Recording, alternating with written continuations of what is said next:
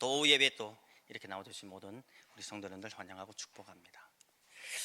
요한복음은 기적을 기록한 내용이 다른 복음서와 조금 다릅니다. 오늘 본문의 이 가나 혼인잔치 내용은 다른 복음서에는 나오지 않습니다. 예수님의 공생의 초반에 일어난 일을 기록하고 있으며, 이 가나의 혼인잔치에서 예수님이 물을 포도주로 변하게 하는 기적을 일으키셨는데, 결과에만 주목하지 말고 어떻게 기적이 일어나는가에 대해서 함께 나누고자 합니다. 그리고 오늘은 두보라 여전도의 헌신 예배지만 오늘 본문에 좀 더 집중하고자 합니다. 오늘 가나 혼인잔치의 제목으로 말씀을 나누겠습니다. 첫 번째 문제가 있습니다. 오늘 본문을 보면 이 갈릴리 가나라는 곳에서 혼인잔치가 있습니다. 1, 2절에 보면 사흘째 되는 날 갈릴리 가나에 혼례가 있어 예수의 어머니도 거기 계시고 예수와 그 제자들도 혼례의 청함을 받았더니, 가나는 북쪽의 갈릴리 호수에 가까이 있으며 그곳에는 예수님의 어머니 마리아도 있고 예수님과 제자들도 청함을 받고 함께 있습니다. 그런데 문제가 생깁니다. 우리 3절은 다 같이 함께 읽겠습니다. 3절입니다. 시작.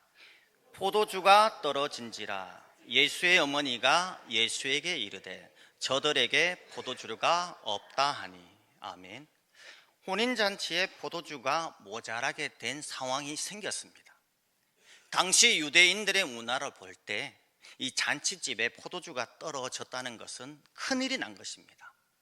어쩌면 우리가 예전에 시골에서 결혼식 할 때 보면, 우리가 결혼식 갈 때, 잔치에 갈 때 잔치국수를 못 먹으면 잔치에 꼭 참여하지 못한 것처럼, 유대인들에게서는 이 포도주가 떨어졌다는 것은 정말 큰일이 난 것입니다. 그래서 이 혼인잔치를 하는 집에서 제대로 잔치를 준비하지 않았다는 것이 됩니다. 그런데 이 잔치의 특성상 흥이 깨지는 정도가 아니라 잔치를 계속 이어갈 수가 없습니다. 그리고 포도주가 모자라서 이 혼인잔치가 실패하게 되면 그 당시에 사람들로부터 비난을 받게 되었습니다. 또 포도주가 부족하게 된 것은 당시 유대인들의 결혼 예식이 일주일 이상이나 계속되었기 때문이기도 하고, 이 일주일 동안 계속되는 것을 미리 생각해서 준비했어야 되는데, 또 아마도 예상하지 못한 손님도 있을 수도 있고요, 초대하지 않았지만 초대하지 않은 이웃들도 참여할 수도 있습니다. 그럼에도 이 잔치집의 실수인 것입니다. 실수이고 신랑 측에는 나쁜 영향을 끼치게 됩니다. 이때 어머니 마리아는 예수님에게 이 사실을 알립니다. 마리아가 아들 예수에게 그 능력을 알고 이 기적이라도 일으켜 달라고 부탁하는 상황이라고 볼 수는 없습니다. 왜냐하면 이것은 혼인잔치를 관장하는 연회장이 할 일이지 마리아의 역할이 아니고, 또 포도주 공급에 대한 책임이 신랑에게 있지 손님으로 오신 예수님에게는 있지 않습니다. 그리고 마리아가 해결해야 할 일도 아니었습니다. 그저 아들 예수에게 이거 큰일 났구나, 포도주가 떨어졌으니 어쩌면 좋으니, 어떻게 해볼 방법이 없니? 라는 정도의 말했다고 할 수 있습니다. 이때 예수님의 반응은 냉정하게 대답합니다. 우리 4절도 다 같이 읽을까요? 4절입니다. 예수께서 이르시되 여자여 나와 무슨 상관이 있나이까? 내 때가 아직 이르지 아니하였나이다. 예수님은 어머니의 이 기대와는 달리 이것이 나와 무슨 상관이 있습니까? 라고, 아직 내 때가 되지 않았습니다 라고 차갑게 거절합니다. 나와 무슨 상관이 있습니까? 이 말은 차갑게 거절한 것으로 들립니다. 그래서 듣는 사람 입장에서는 서운하게 들릴 수도 있고, 정말 모르는 사람이 들으면 상대방에게 좋지 않는 말입니다. 예수님은 먼저 마리아의 이 믿음을 확인하십니다. 어머니 마리아로서 대하는 게 아니라 아직 내 때가 이르지 않았다라는 말씀은 예수님이 생각하는 때와 마리아가 생각하는 때가 다르다는 뜻입니다. 즉 하나님이 행하실 때가 따로 있다는 의미입니다. 지금 예수님이 잔치집에서 이 포도주가 떨어진 사실에 관심이 없어 보이시는 문제가 아니라 오히려 문제는 다른 쪽에 있을 수 있습니다. 그것은 우리에게도 있을 수 있습니다. 우리는 기도를 합니다. 어떤 문제가 생겨서 주님 도와주십시오 라고 합니다. 그런데 이렇게 할 때가 있습니다. 주님 이렇게 해 주십시오, 이것을 주십시오 라고 합니다. 나는 이것이 나에게 필요하고 정말 확신하니까 이것을 주십시오 라고 합니다. 나는 이게 있어야 한다고 분명히 생각하기 때문에 내 기도는 확실하기 때문에 주님 이것을 주십시오 라고 이렇게 기도합니다. 그런데 예수님은 그렇게 생각을 하지 않으실 때가 있다는 것입니다. 너는 그게 필요한 게 아니다 라고 하십니다. 그럼 어떻게 해야 합니까? 예수님 마음을 좀 바꿔주세요 라고 합니다. 내가 마음을 안 바꾸고 주님이 바꿔서야 한다고 생각합니다. 하나님 나에게 왜 이러시지? 이해가 안 갑니다. 무슨 말이에요? 나는 확실한데. 그러면 우리 하나님이 틀렸단 말이 아닙니까? 급한 일을 당해서 도움을 요청했는데 주님이 그런 식으로 나오시면 안 되잖아요 라고 합니다. 주님은 분명히 뜻이 있으셔서 이렇게 인도하고 계신데 그것을 전혀 깨닫지 못하고 주님이 잘못했다고 생각하는 겁니다. 우리가 하나님을 믿는다고 하면서도 시험에 든다는 게 이런 것입니다. 이런 마음을 갖고 있을 때 시험이 듭니다. 내 뜻대로 안 되니까 주님의 뜻이 뭔지는 관심이 없고 내 뜻이 안 된다고 불평합니다. 우리는 문제가 생기면 도와달라고 무작정 때를 쓸 때가 있습니다. 정작 하나님이 중요하시는 게 무엇인가?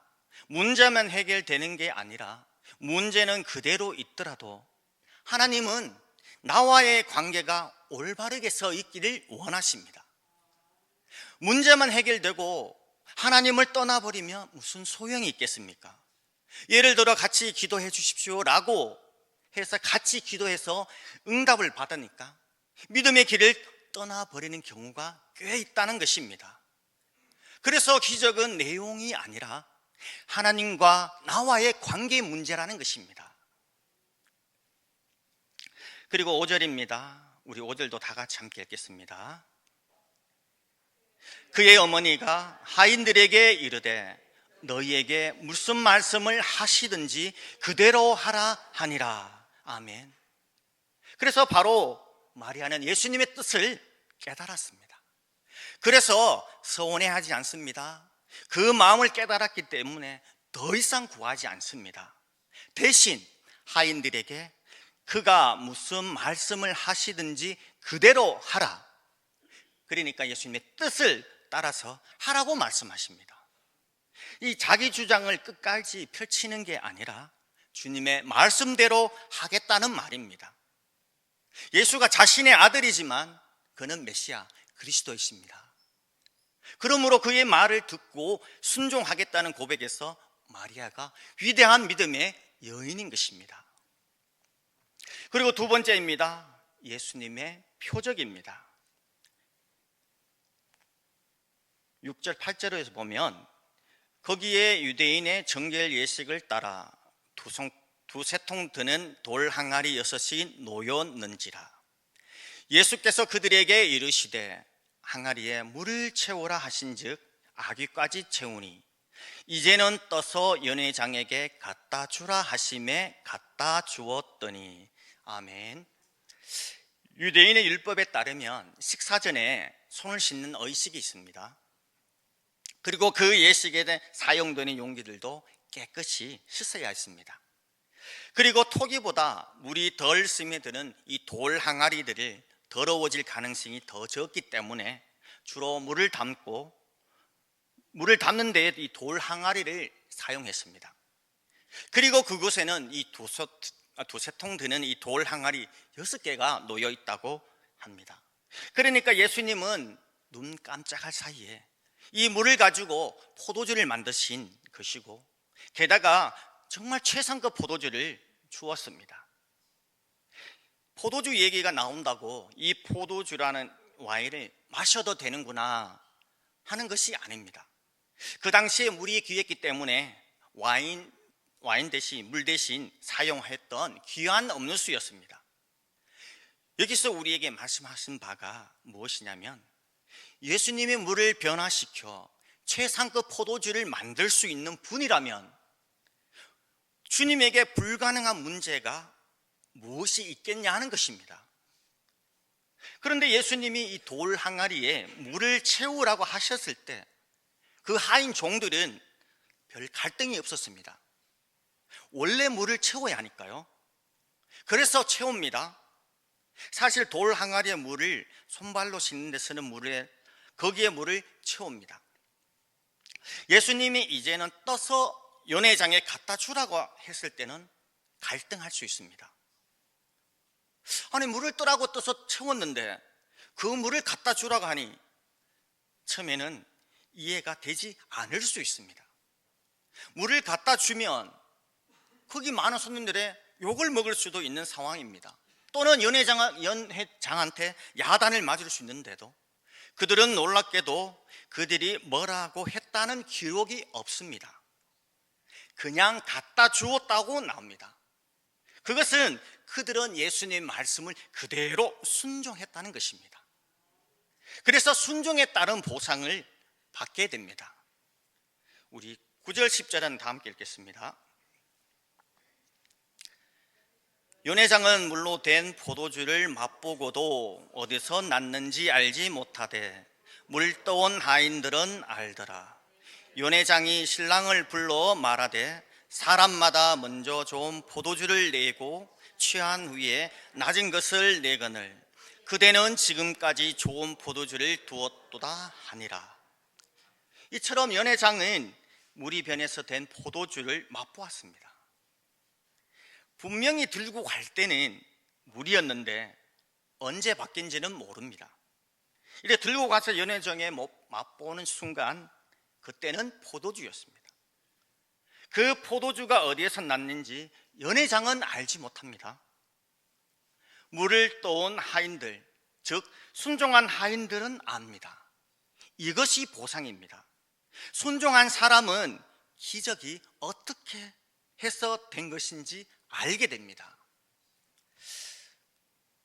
어린이들에게는 순종하는 마음이 있습니다. 지난번에 우리 김시훈 목사님이 어린이에 대해서 참 말씀을 잘 전해주었습니다. 진짜 어린이들은 부모님의 말씀에 따라 그대로 순종하는 순수성이 있습니다. 어린이들은 또 순결하고 정직하기 때문에 배운 대로 실천합니다. 어느 병원에서 대수술을 받게 된 한 소년이 이 수술대에서 누워서 주먹을 움켜잡고 땀을 흘리면서 수술을 무사히 잘 마쳤습니다. 그렇게 수술을 했던 이 담당 의사가 너 참 용감하구나 라고 이렇게 칭찬을 했습니다. 그걸 칭찬하면서 그 소년의 움켜진 손을 보게 되었습니다.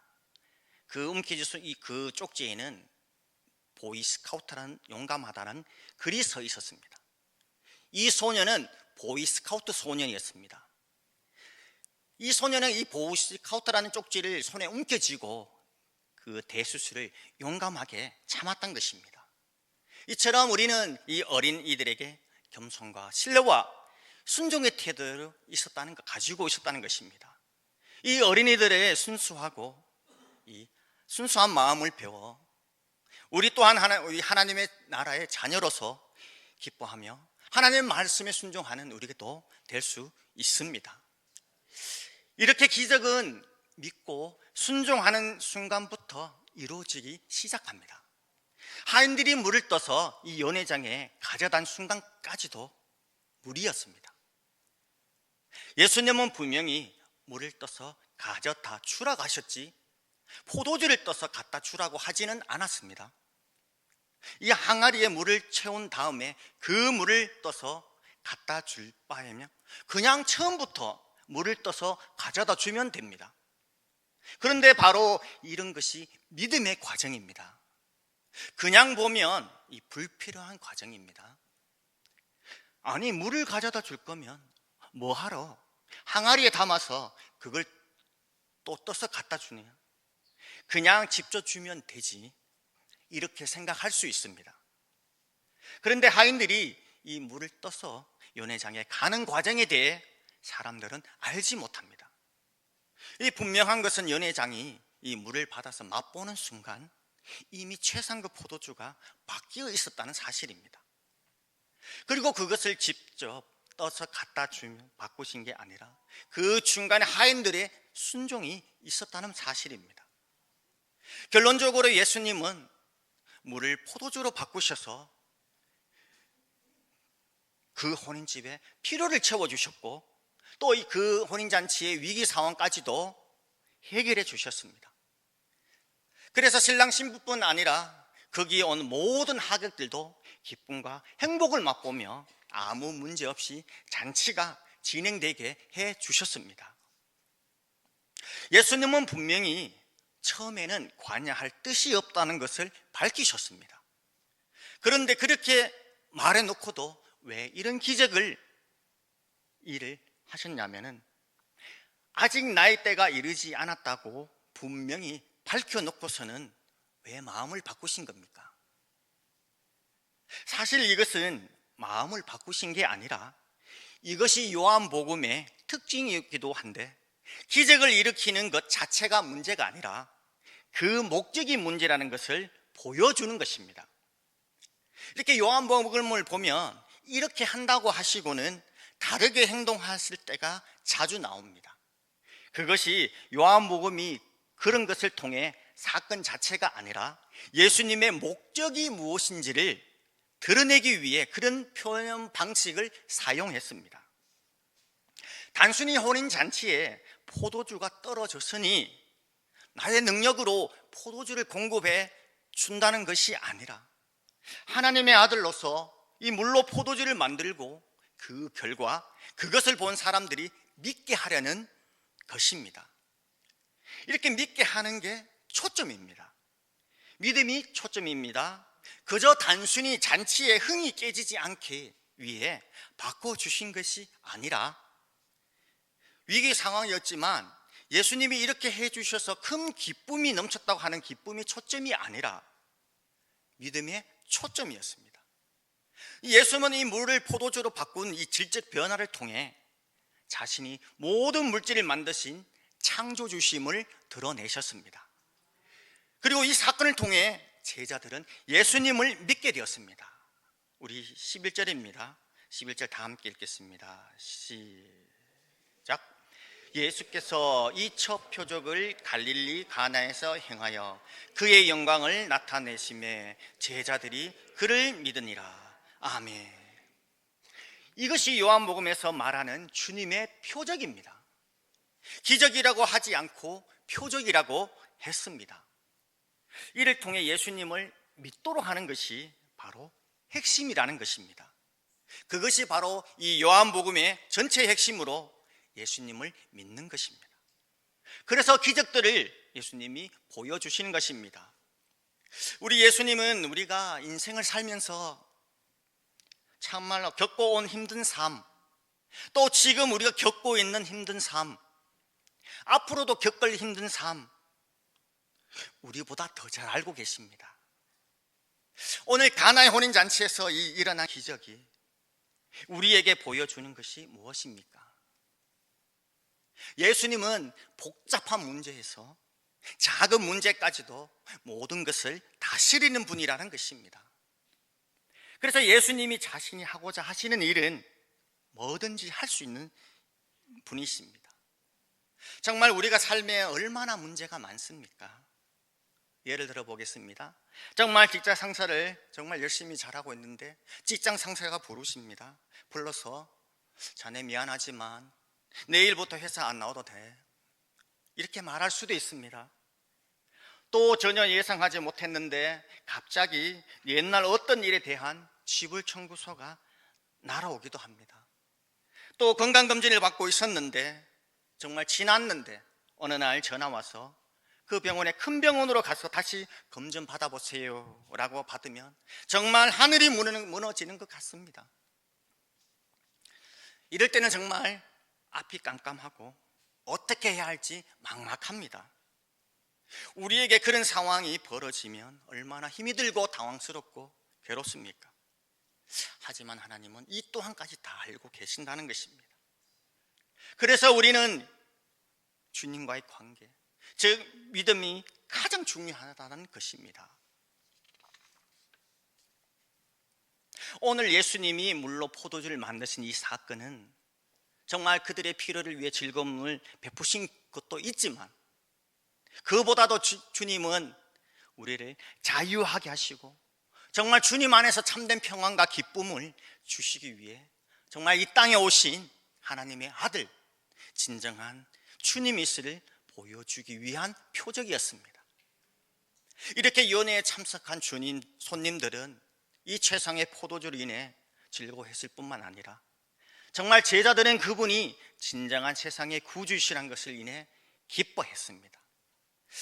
그러므로 우리도 이 문제를 해결해 주셔서 감사합니다. 맞습니다.